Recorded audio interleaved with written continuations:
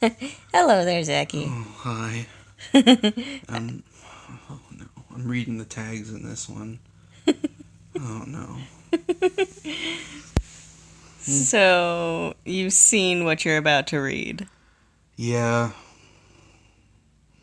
Yeah. Yeah. You remember the first episode of My Hero Academia where Bakugo gets engulfed by the sludge monster? The sludge villain? This is some Bakugo X sludge villain. I'm not gonna read the title or the author because it's been removed from AO3 by the author. But my wife loves to archive stuff, save PDFs of things that she likes. So I have it here. But if the OP didn't want it on the internet anymore, I'm not going to reveal their name.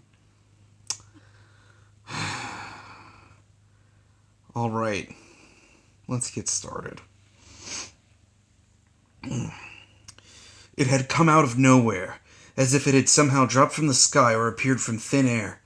Bakugo was just as surprised as other confused citizens of the city when the street was suddenly seemingly covered in glistening muck, pulsing as though it breathed. It rolled and coiled on the dirty asphalt, the pieces of goo sensing each other and quickly coming together in the form of a singular, monstrous entity. The monster reigned more than a story high over the overwhelmed and now panicked citizens. Bakugo didn't move. The creature had spawned only a few feet away from him and absolutely dwarfed him in size. The sounds of people screaming in terror were muffled in his ears. Physically, his body knew what he needed to do. He needed to run. Yes, he was good, but he had never had a real encounter with a villain, let alone a larger-than-life sludge beast. Yet he saw an opportunity. He was close enough to hit it. He could try blowing it away with everything he had. A part of him wanted this to be his coming into his own. A hero even All Might would respect. Bakugo never got the chance to decide what he was going to do. The creature decided for him. In his trance, he hadn't noticed the monster's gooey tendrils reaching out for his leg. The grip and tug came so suddenly, Bakugo's feet were wrenched out from under him, sending his world spinning before landing on the pavement with a painful thud. "It's attacking that boy!" someone shouted in the distance. I didn't expect that "Where are the voice. heroes?" he heard someone else cry. "Shut the fuck up!" he thought. Rage frothed within him at the clearly worried crowd around him. They were looking down at him, thinking he couldn't take care of himself. Engulfed in his fury, he grabbed at the tendril that was crawling up his leg and blew it to pieces. His victory, however, was short-lived. What was at that moment a temporary moment was what was a moment of temporary pride quickly devolved into horror when the pieces of the blown-apart monster quickly reassembled around his arm this time. It was like a sticky black tar consuming him as it crept up to his shoulder despite how much he struggled. He reached up with his other hand to attempt to blow the sludge away once more, but it was faster this time, snatching his hand away and enveloping it before he had the chance to unleash one of his powerful fiery blows. With horror, Bakugo realized he was trapped and helpless to the beast. The screams of the people around him becoming more and more clear the further his body was encased in the black tar until suddenly everything was quiet. Everything was black in the belly of the beast. Bakugo couldn't move or breathe within the monster. Suspended in an undulating void, not a sound could be heard other than the moving innards of its muddy guts. A voice pierced the darkness. "Lucky. I've acquired quite a powerful contender, haven't I? No matter. No use in you dying before I've made proper use of you." That's a choice. And with that, suddenly Bakugo's senses were overwhelmed with bright lights and sounds as the upper part of his face burst free from inside the monster. He could see the terror-stricken crowd looking at him in pity. It made his blood boil. He tried to open his mouth to yell, but instead was immediately flooded by the tar monster's tendrils. Bakugo immediately bit down on the invaders in his mouth. His sharp teeth digging into them were met with resistance. The tendrils were more solid than Bakugo would have thought due to the consistency of the monster, and he could do nothing but accept the incoming invasion as it completely ignored the savage bite he had just delivered. He felt more smaller tendrils caressing the innards of his hot mouth, attempting to intertwine with his tongue as he gagged on them before a larger and much more purposeful tendril began pushing its way deeper and deeper into his throat until the blonde was struggling to breathe once more. Looking out at the crowd, he could see heroes arriving to the scene through blurry vision. Well, hurry the fuck up and help me! He thought angrily, panic continually welling inside his chest the longer he was held still. Heroes began to amass, but were unable to deal with the situation properly. Lousy good for nothing! His thoughts were abruptly cut short as he felt something creep down his spine and into the back of his trousers. Here we go! Oh fuck, no! Bakugo struggled with new vigor as he felt the tendrils within the creature caressing his lower body, but to no avail. Encased in the monster, there was little he could do but twitch his limbs. He felt them sliding up and down his inner thighs, making him shudder at the thought of being groped by the disgusting monster in front of everyone. "Where is All Might?" he heard people in the crowd screaming. Yeah, where is All Might? He thought, the idea of his childhood hero swooping in and rescuing him the only hope he had left on his mind. Bakugo yelped around the sludge in his mouth when he felt the tendrils dip between his ass cheeks. No! Circling his hole, as if to try and tease him open. He was not having it. His eyes wide, he viciously attempted to turn his body in the muck. He couldn't move. It was hopeless. Red eyes closed, not wanting to look at the oblivious people staring at him, just wanting someone to save him, but not doing anything about it. A scream tore from his throat as the monster breached him. Its innate sliminess serving as lube to help serve its penetration on the poor wriggling boy. Oh, how they must pity him, this poor boy being trapped in the monster as it rampaged, brutalizing the town by siphoning off his quirk. Little did they know the true pain of what was happening within. You have seen nothing yet. I think I can see why this OP took this down, because it's the rape of a minor. I mean, What? people take things down for lesser reasons, Sure. like spelling mistakes and stuff. So is rape problematic or don't kink shame? Which one is it? I mean, it depends. It felt as though he was being torn apart. Bakugo's eyes snapped open at the penetration, every inch taking an eternity as it slowly split him apart. There was no way he would be able to take all of it. He would die before it stopped, were the thoughts that passed through his mind. He had experienced pain before. Sure, he'd been in more than his fair share of fights, and his quirk wasn't exactly childproof. When he was younger, he had some more painful mishaps, but this was the first time where he had no control. He was being raped by a horrible monster right in the middle of town, and there was nothing he could do about it. Nothing could have prepared him for when it began to thrust. It slowly pulled out every excruciating inch it had stuffed into the boy's ass before brutally shoving itself back inside, forcing him to take every inch that he could all at once. Bakugo screamed around the intrusion in his mouth, much louder than before, but alas, no one could hear him. The tendrils inside his asshole then proceeded to set a brutal pace, fucking in and out of the boy with abandon. A heat began to pool in his abdomen as the tendril that was taking him found a very sensitive spot inside of him. Flashes of pleasure began sprouting up from within him, Bakugo, panting, unable to keep himself from getting hard. Fuck you! With the assault on his prostate. What's this? Oh, What's this? Someone likes this more than they were letting on. I don't remember what the voice sounded like. You just sounded like a gurgled man. Oh. Yeah, like that. Perfect. Like a gurgleman. Right there. That's perfect. No, it isn't. Yeah, it is. Said the voice that Bakugo had heard earlier resonating from inside the monster. Fuck you, fuck you, fuck you, he wanted to scream. He couldn't deny himself. He was beginning to feel good. And that in itself felt like shit. Here he was supposed to be the future #1 hero, and he was getting off while getting fucked in the ass by some no-name monster. Suddenly the monster stopped. Bakugo sagged in relief at the break in what was a consistent assault thus far. Here we go. His relief was short-lived, however, as he was suddenly aware of a very real pressure in his ass.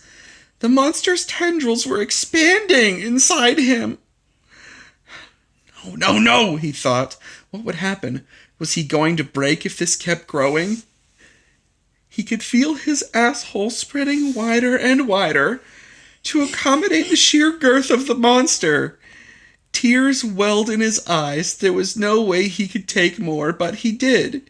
He continuously took more and more until the monster decided there was truly nowhere else to go. And with that it proceeded.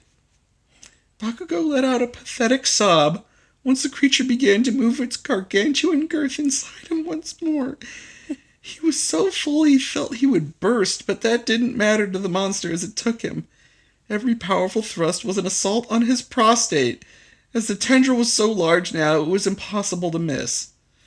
He was almost thankful due to the fact he was being gagged so no one could hear his pathetic whimpers and moans, as his ass was filled time and time again by the slick black tendril.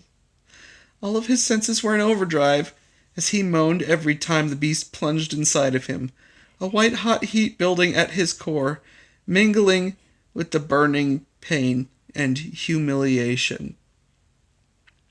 So where does this go from here? Just more rape? Or what? Does it fucking lay eggs in him? Does it fucking sound him?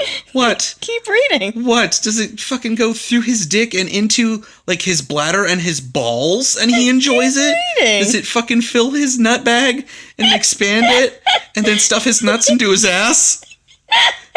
You like this shit? Keep reading. Then he felt it. Something hard and round was pressing at his entrance. More like a big fucking open sewer hole now, yeah? Impossibly hard and impossibly solid.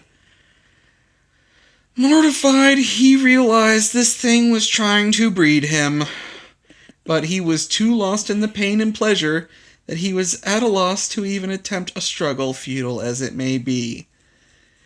Sweat slicked every part of his body as he trembled and whined at the thought of a new, potentially larger intrusion. His eyes rolled back into his head as the first egg stretched his asshole open. Even more, the thing had to be at least the size of a baseball. Even with the slickness of the monster, Bakugo struggled to take it inside himself. The egg catching on his rim before slowly sliding its way inside of him. The egg passed through him treacherously slowly, making sure he felt all of it in great detail as it pressed up against his prostate before settling into him. This, along with the tendrils' continued assault, fucking into him, was enough to make the poor boy see stars.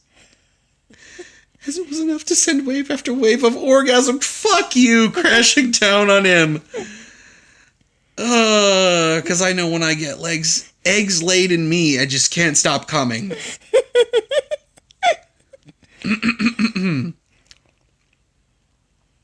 We're beginning page 5 of 17. It's a two-parter. There's more? After this? Bakugo fell limp, oh I doubt that, in the monster's grasp, utterly humiliated and exhausted, and pregnant. He was horribly surprised when he felt another large round object waiting at his entrance. No way. He couldn't do it again.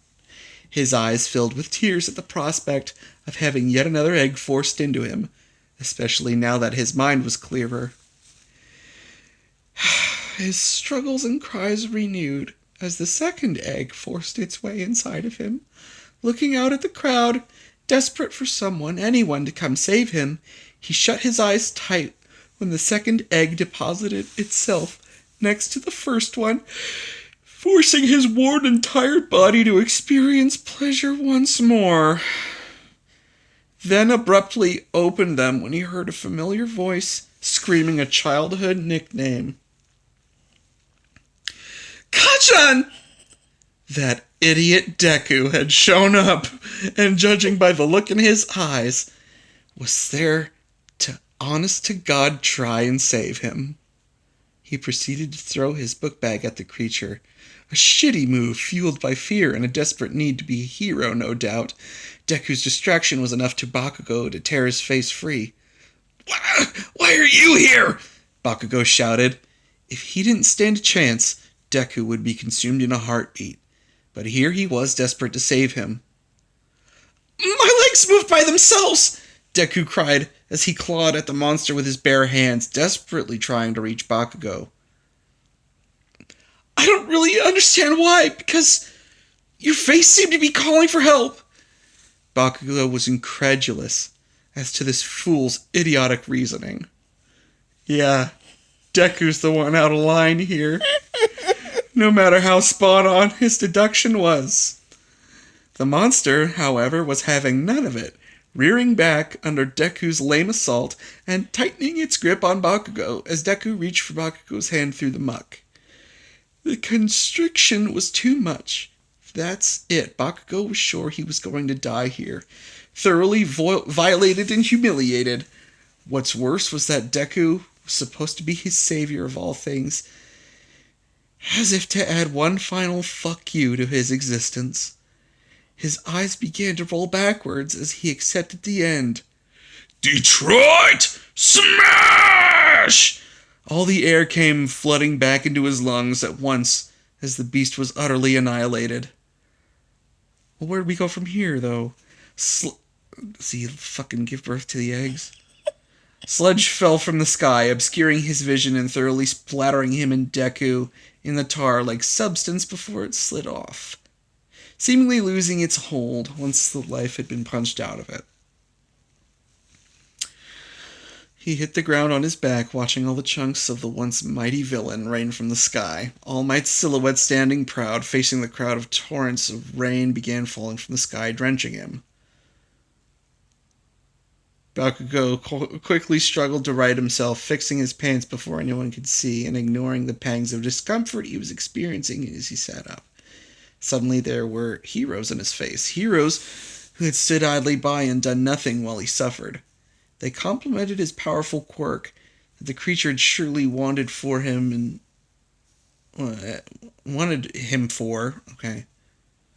and offered him apprenticeships in the future. It was disgusting. He had ultimately failed in his first real challenge, devastatingly so. Fucking Deku had shown up for heroics, and yeah, that's what I'd be fucking concerned about. His stomach churned, reminding him of the weight of what just happened to him, and was still nestled inside of him. He began walking home, saw Deku ahead of him. Bakugo saw red. Hey, good for nothing, he called. Deku turned around, clearly surprised at the sudden outburst. Maybe he was expecting a thank you. Maybe he deserved one. Bakugo didn't care. I never asked for you to help me. I didn't need to be saved, okay?